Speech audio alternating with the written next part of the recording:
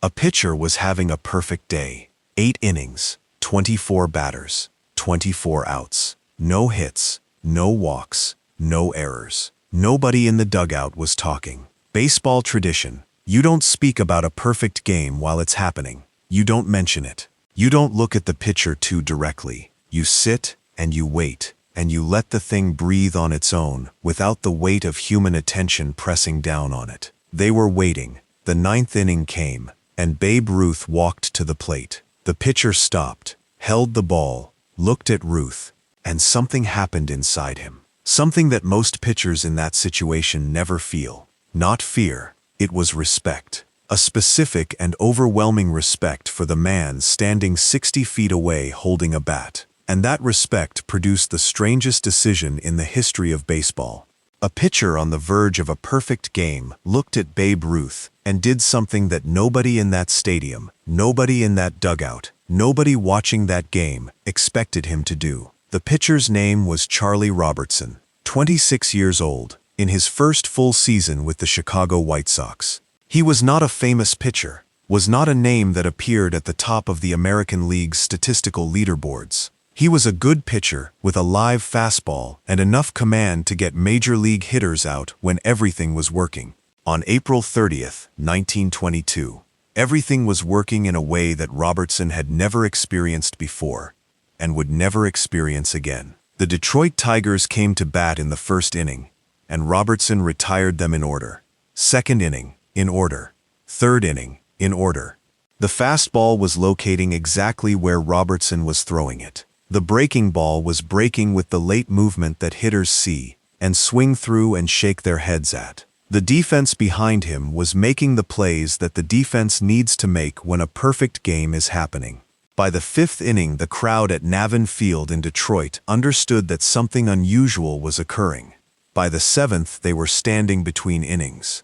By the 8th, the specific electricity of a crowd that knows it is witnessing something that almost never happens had filled the stadium entirely. The Detroit Tigers in 1922 were not a weak lineup. This needs to be said clearly because the weight of what Robertson was doing depends on who he was doing it against. Ty Cobb was their center fielder and manager. Harry Heilman was their right fielder, who would hit .356 that season on his way to a Hall of Fame career. Bobby Veach was in left field. These were real hitters, professional hitters who had spent careers making pitchers pay for the slightest mistake. Robertson had not made a mistake. For 8 innings, through 24 at-bats against one of the better lineups in the American League, Charlie Robertson had made 0 mistakes. The baseball had gone exactly where he wanted it to go every time he threw it. This is what a perfect game requires. Not just ability. Not just a good day, perfection. Sustained over 9 innings against men whose profession is finding imperfection and exploiting it. Then the 9th inning came. Robertson walked to the mound carrying what 8 innings of perfect baseball had built. A lead, a legacy in progress, and the specific weight of 24 consecutive outs that every pitcher who has ever stood on a mound in the late innings of a near-perfect game understands in their body before they understand it in their mind. 24 down, 3 to go. The first 2 batters of the 9th inning went the way the previous 24 had gone. Out, out, 26 down, 1 to go. And the man standing in the on-deck circle, waiting for his turn, was Babe Ruth. Ruth was not a Tiger. He was a Yankee. This was not a Yankees-White Sox game.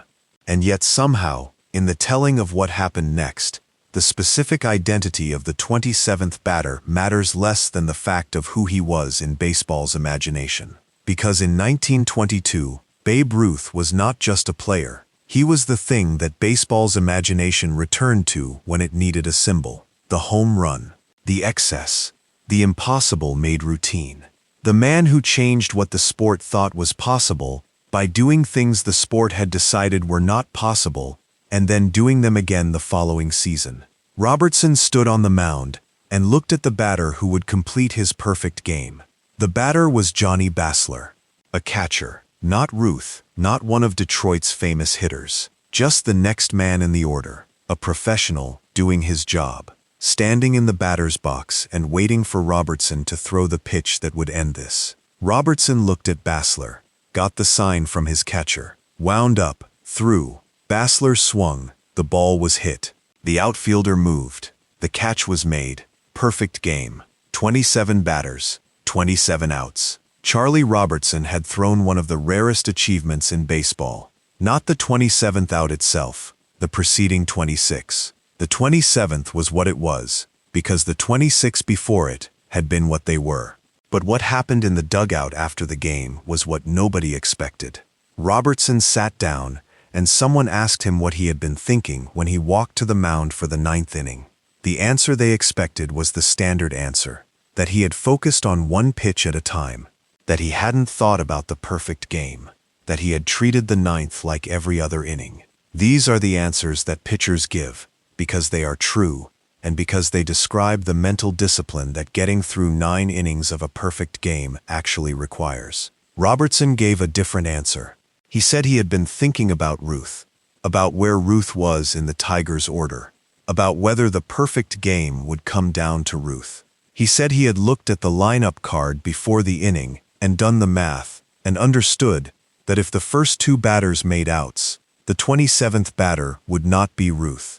Basler would bat before Ruth in the order. The perfect game, if Robertson could get the first 2 batters, would end before Ruth came to the plate. And Robertson said something then that stopped the room. He said he was relieved, that he had been relieved when he understood that the 27th out would not be Ruth. Because he wasn't sure, he said, that he could get Ruth out in that situation.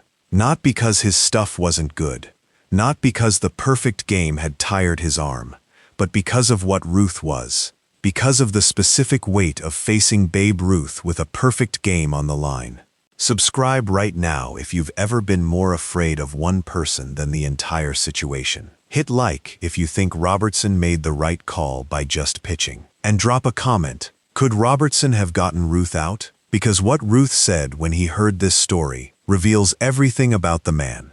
The reporters found Ruth and told him what Robertson had said. That the pitcher who had just thrown a perfect game had done the math before the 9th inning, specifically to determine whether the 27th out would be Ruth. That he had felt relief when the math showed it wouldn't be. The reporters wanted a reaction. They usually got reactions from Ruth. He was not a man who managed his public statements with excessive care. He said things, and the things he said became stories because they were honest and specific and occasionally outrageous. The reaction they expected was something between amusement and pride. Ruth saying that yes, Robertson had been smart to be relieved. That Ruth would have hit the ball to the moon. That the perfect game would have ended exactly there. These were the things Ruth said in these situations. He was not falsely modest about his abilities. He knew what he could do, and he said so. Instead, Ruth said something quieter.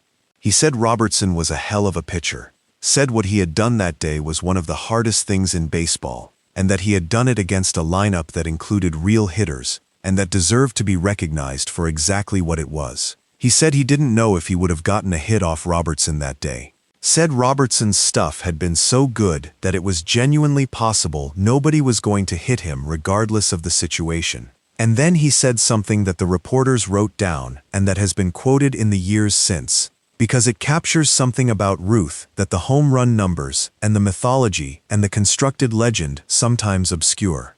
He said that a perfect game is bigger than any one hitter. That Robertson had earned something that day that belonged entirely to him, and that Ruth being or not being the 27th batter didn't change what Robertson had done. He said the right man won that day, the man on the mound. The reaction traveled back to Robertson. The reporters found him again and told him what Ruth had said. Robertson sat with it for a moment. Then he said that Ruth had been generous, that he appreciated it. And then Robertson said the thing that completed the exchange between the two men in a way that neither of them had planned, and that the reporters captured exactly as it happened. He said that he had spent the 9th inning relieved that Ruth wasn't going to be the 27th batter. And then he said that he had spent the time since the game wondering whether that relief was actually confidence or whether it was fear.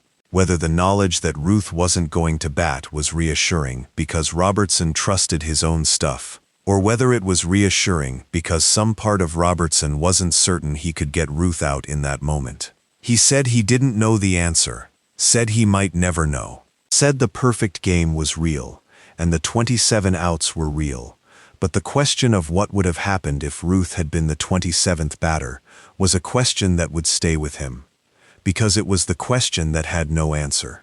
The game was perfect. Ruth never batted in the 9th.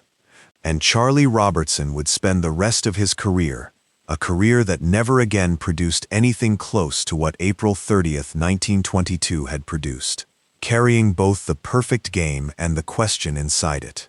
What would have happened if the order had been different? If Ruth had come up with 1 out left? If the math had worked out differently? Whether Robertson would have gotten him out? Whether the perfect game would still be a perfect game? Or whether Babe Ruth would have done what Babe Ruth did, which was make impossible things happen in the moments when they were least expected. Charlie Robertson pitched in the major leagues until 1928. He won 49 games in his career. He threw 1 perfect game. One. The only one that has ever been thrown in a regular season game, where the questions afterward focused not on what did happen, but on what almost happened. On the batter who was 1 spot away in the order. On the math that Robertson did before the 9th inning. On the relief he felt when the math told him what he needed to know. On what Ruth said when he heard about the relief. On what Robertson said when he heard what Ruth said. A perfect game that produced an imperfect question. The most complete achievement in baseball, wrapped around a small knot of uncertainty that neither man could fully untangle. 27 batters. 27 outs, and the 1 batter who never came to the plate, who sat in the dugout and watched Robertson complete something extraordinary, and then said the right man won that day. The man on the mound,